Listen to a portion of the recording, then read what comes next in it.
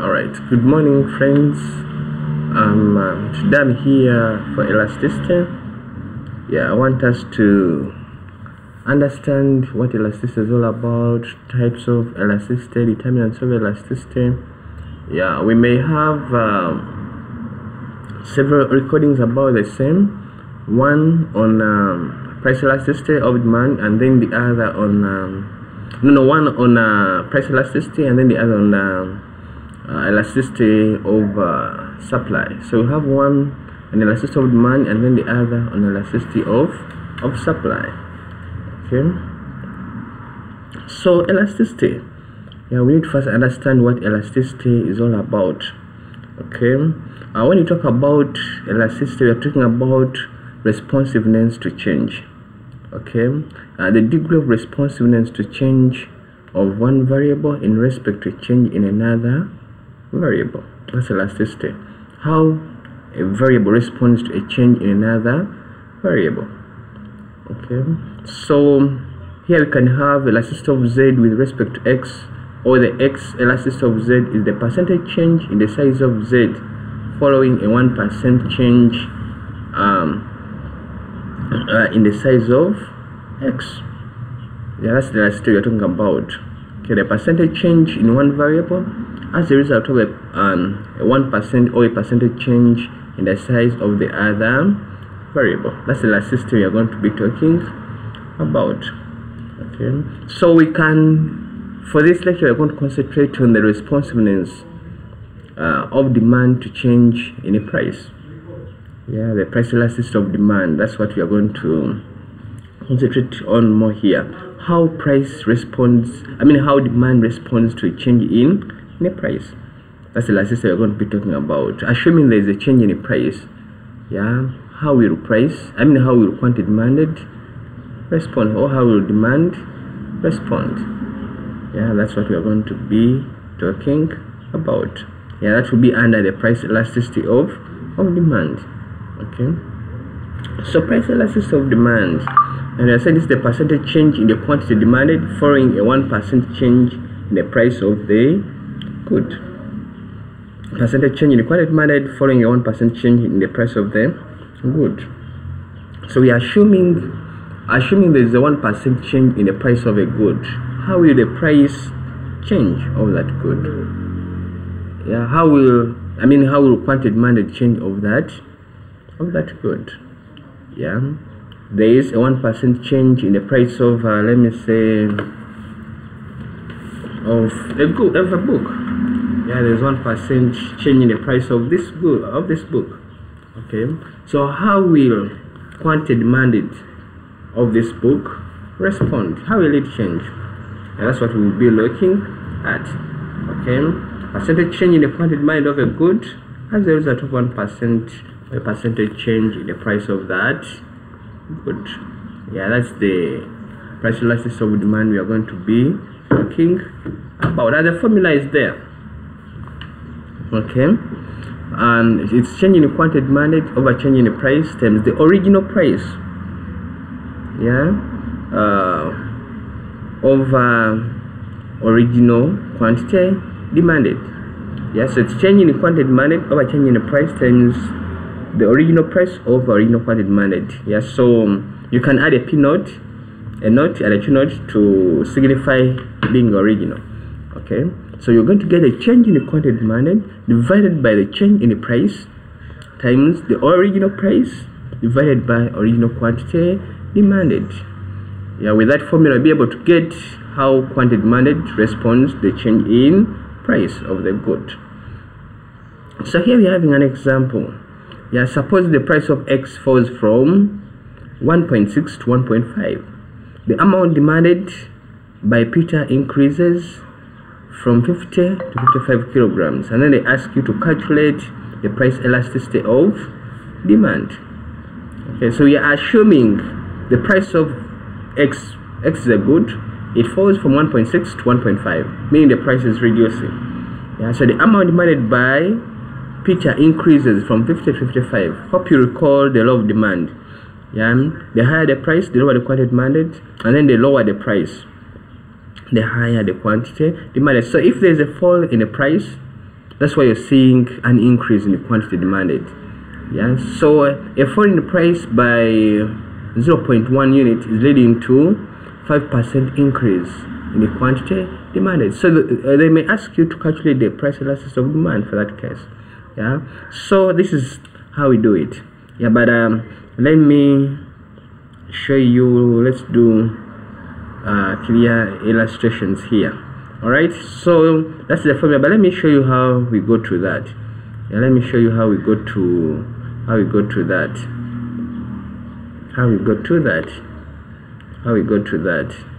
Yeah, let me recopy this. I show you how we got that step by step. Okay, step by step.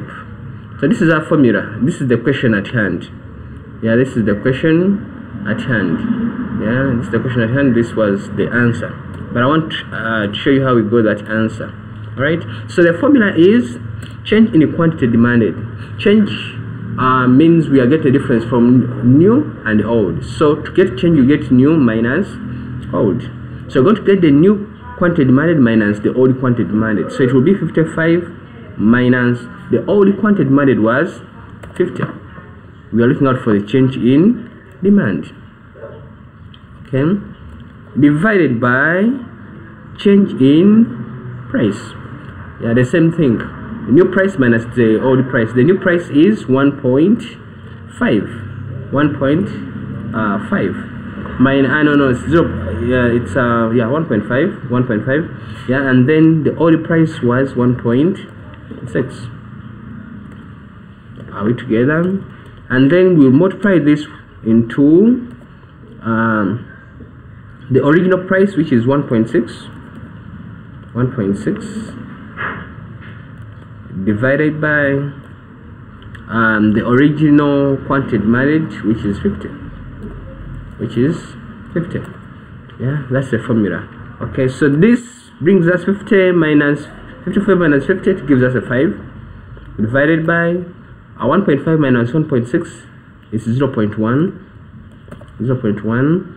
Okay, this multiplying into 1.6 divided by 50.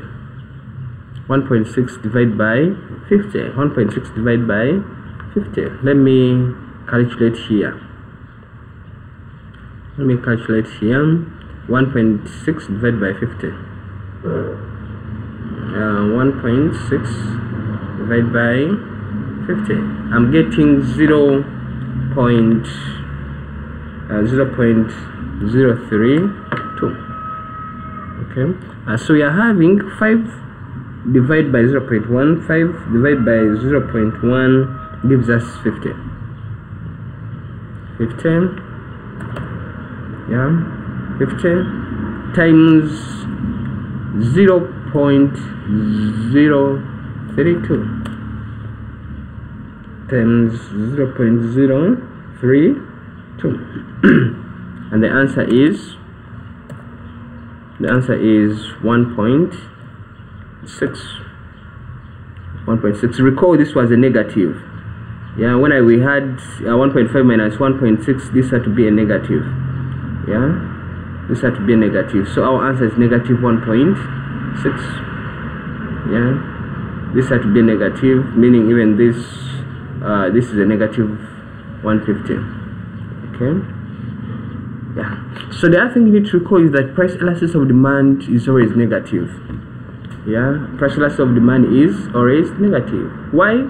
Because of the negative relationship between price and quantity demanded. Yeah, recall when the price goes up, quantity demanded will reduce, and when the price goes down, quantity demanded will increase. So there's a negative relationship. So the price elasticity of demand will always be negative.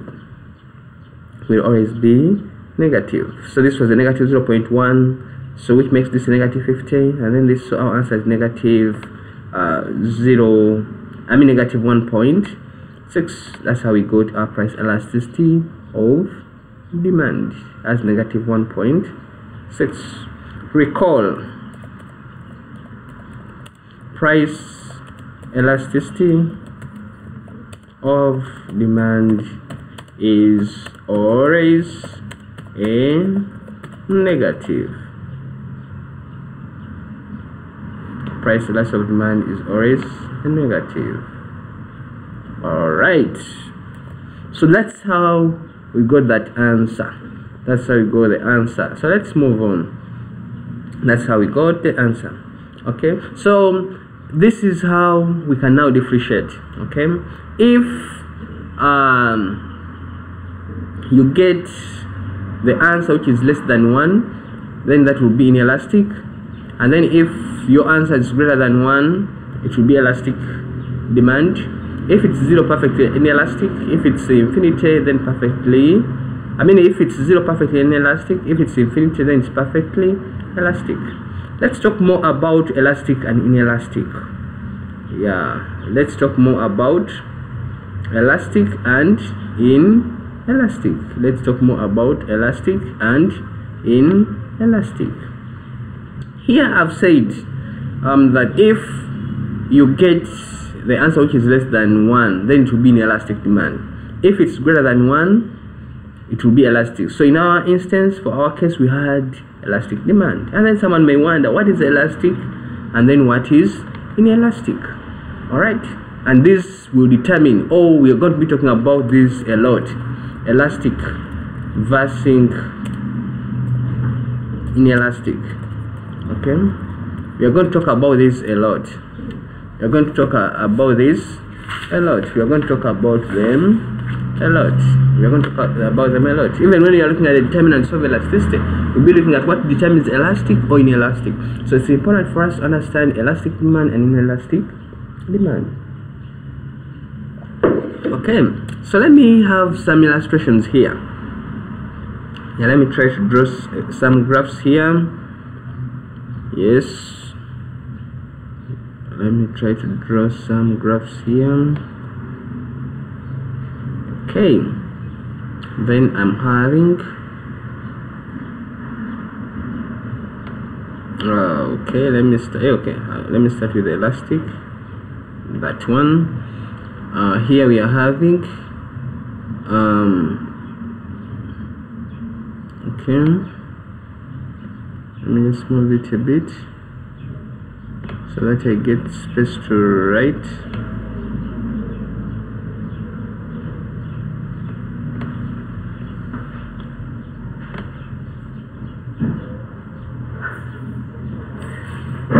Alright, so we have price here. We are having price there.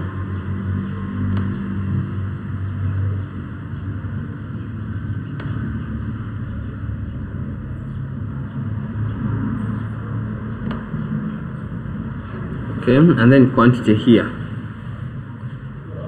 and then we are having quantity sorry, and then we are having our quantity on the horizontal axis. So having price on the vertical axis and then quantity on the horizontal axis. I'm trying to put a Q here. Okay, yeah, I'm trying to put a Q there.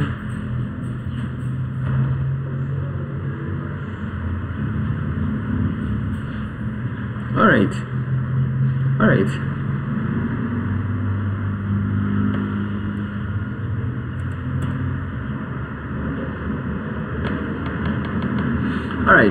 So you're having a P on the vertical axis and a Q on the horizontal axis. Yeah, it's still jamming to go there, but by all means it will go there if it wants or not. Yes, here it comes. It can't fail, sure. Alright, and then this is our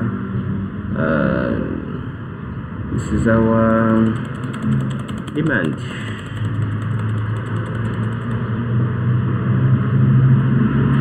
Okay, so this illustrates elastic. Yeah, elastic. That illustrates elastic.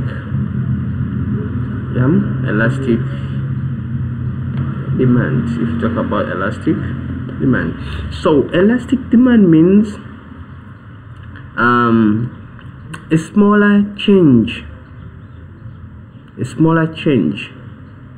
in the price leads to a greater change in the quantity demanded.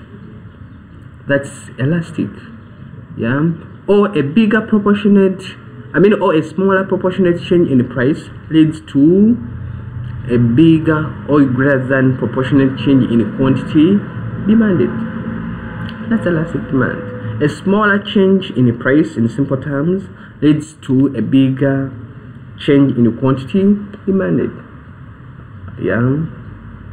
A smaller proportionate change in the price leads to a greater than proportionate change in the quantity demanded. In simple terms, there is a smaller change in the price, and then the quantity demanded, or the quantity demanded falls drastically. There's that kind of elasticity. Yeah, you increase the price of a commodity, let's say, by a smaller magnitude, and people reduce on consuming the commodity by a very big magnitude. There are those products which have elastic demand. So that's elastic demand. Okay, so let me illustrate those changes in the price. Assuming initially we're at that point.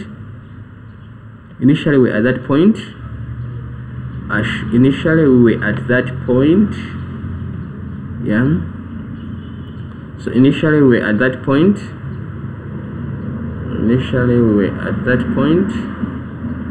Yeah, let me make this yellow. Yes, initially we're at that point, whereby now here we are having P1. Okay, let me call it P naught. Okay, P naught.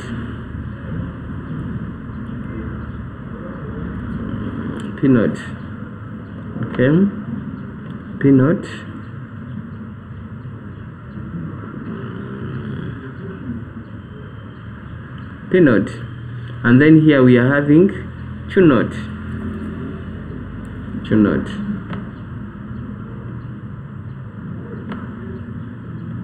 We are having here Q naught. Okay, we are having the P naught and Q naught. So assuming there is an increase in price, a small increase in price. Let me say there's an increase in price from this to that,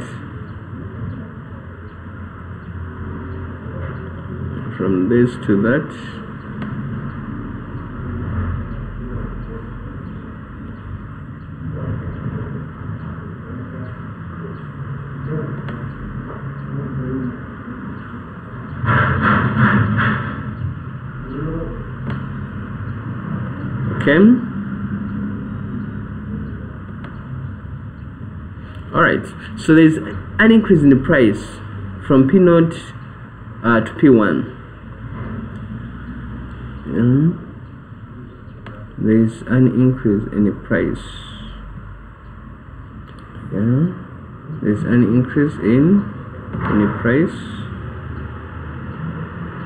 increase in the price. Alright, so this increase in the price from this point to that, is smaller than the increase, is smaller than the fall in the quantity demanded. If you can see properly or clearly, the change or the increase in the price is smaller than the fall in the quantity demanded, meaning a smaller increase in the price led to a greater than or a bigger fall in the quantity demanded. So there are those commodities whereby a smaller increase in the price in this case results into a bigger fall in the quantity demanded of such commodities. We will look at what kind of commodities are these, alright, when you are looking at determinants. But some of these commodities are not too necessary. They're not too necessary. Okay, meaning you can do without them. So when the price goes up, you're like, now why suffer with this commodity? You reduce a lot in its consumption. Alright, or they take a bigger part of this person's income. All right, so we look at those determinants.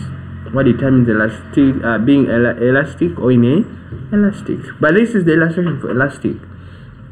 Yeah, like you can see, a smaller change in the quantity, a change in the price resulted into a bigger change in the quantity demanded, and particularly a smaller increase in the price from this point to that resulted into a bigger fall in the quantity demanded from this to that.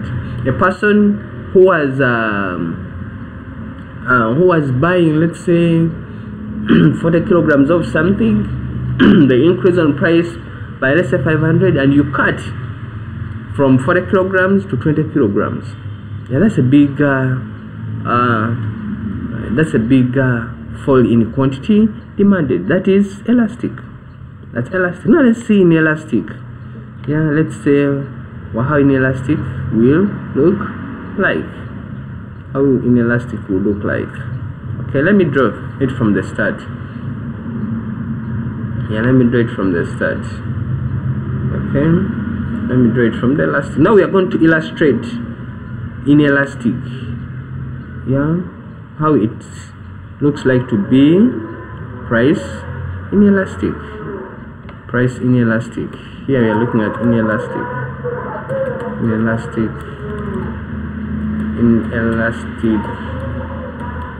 demand. Inelastic demand. Inelastic demand. Okay.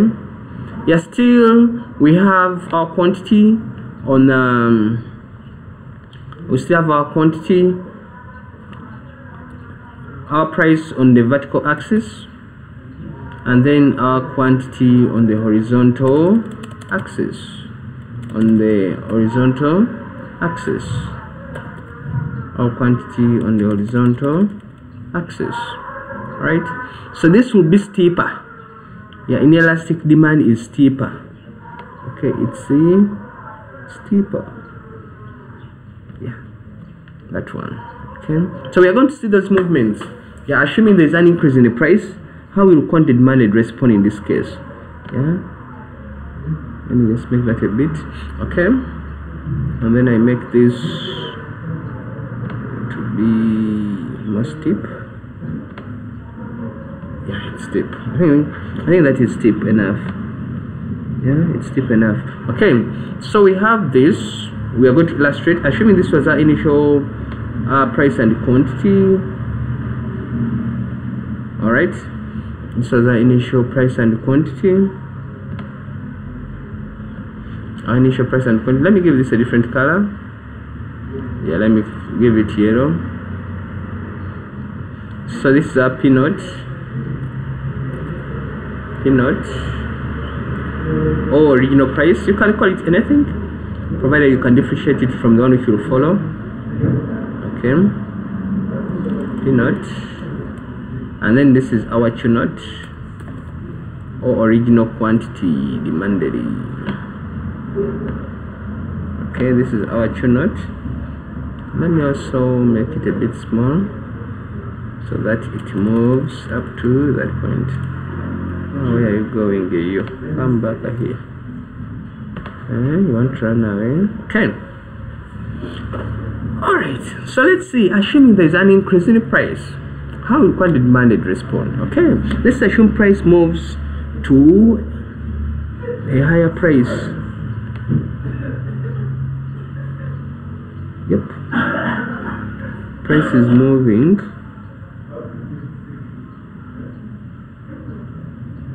to a higher point.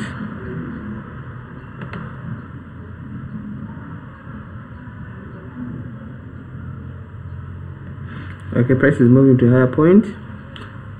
All right, let's see how it goes down. This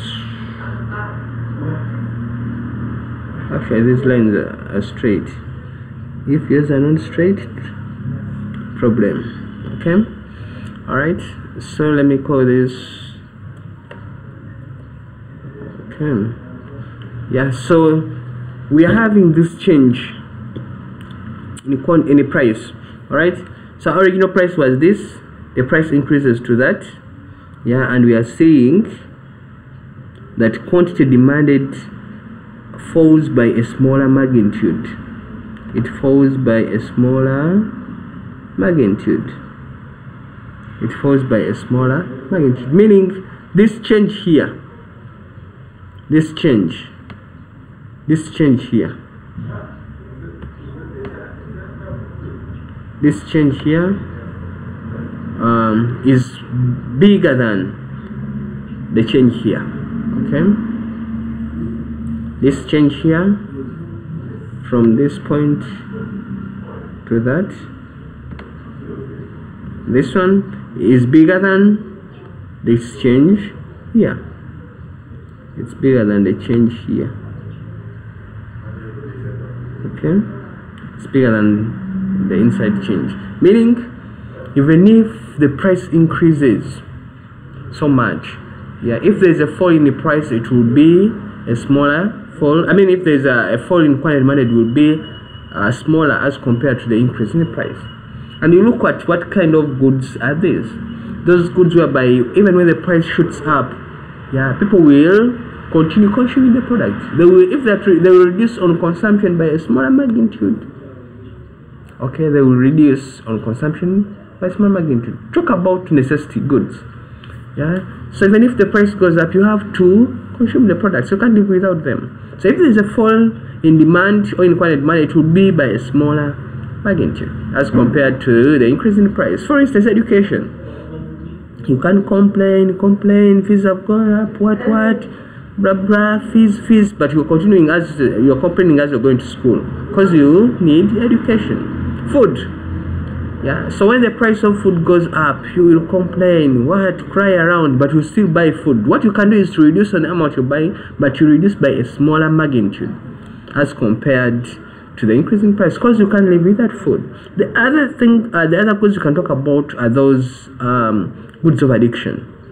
Yeah, those who take something, you understand, who take some wallage, alcohol, you know, even if the price goes up, for you addicted, you can't live without the alcohol, meaning you continue consuming. If you're to reduce, you can maybe reduce by 1 bottle or 2, yeah, but you continue consuming more of the product, yeah, in relation to the increase in the price, because you can't live without the product.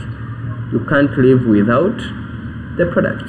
Okay, I'll be sending clear illustrations. Yeah, I'll send clear illustrations. Okay, but I guess even that is somehow clear.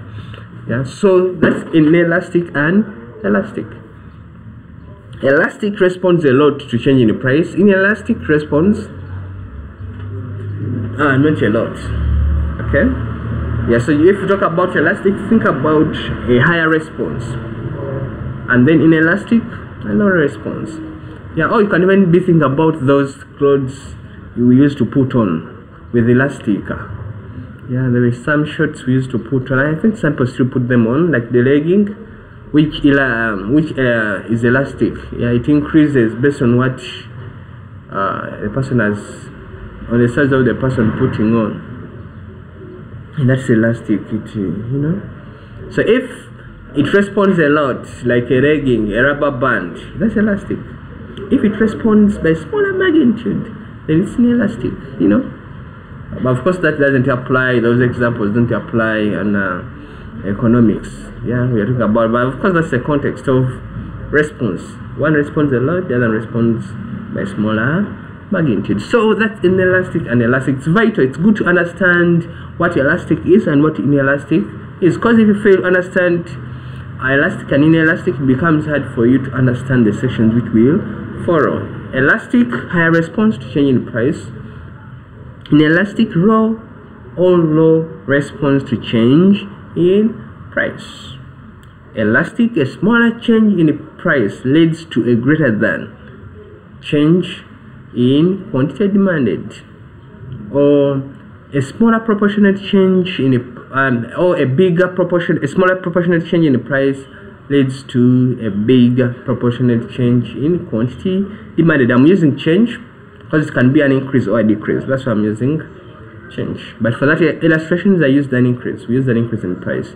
Okay, and then in elastic, a bigger proportionate change in price leads to a smaller than proportionate change in quantity demanded. In this context, a bigger proportionate change or a bigger proportionate increase in the price is leading to a less than or a smaller proportionate decrease in the quantity demanded. So that's elastic and inelastic.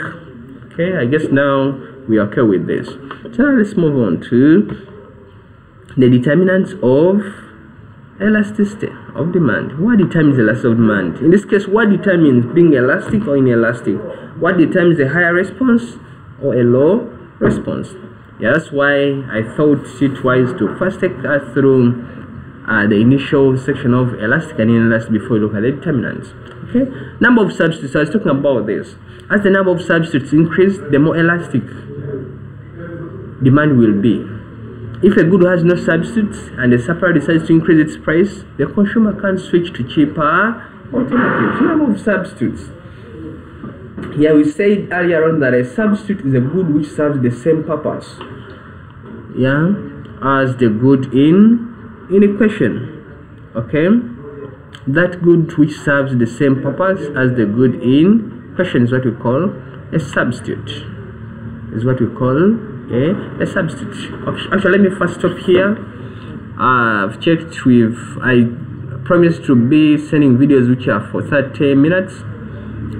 Yeah, so let me first send this video and then I'll continue with the determinants on another video. I don't want to send videos which are too huge for the disturb in downloading and everything. Alright, so thank you very much. I'm coming back shortly with the determinants of price elasticity of demand. Stay blessed for now.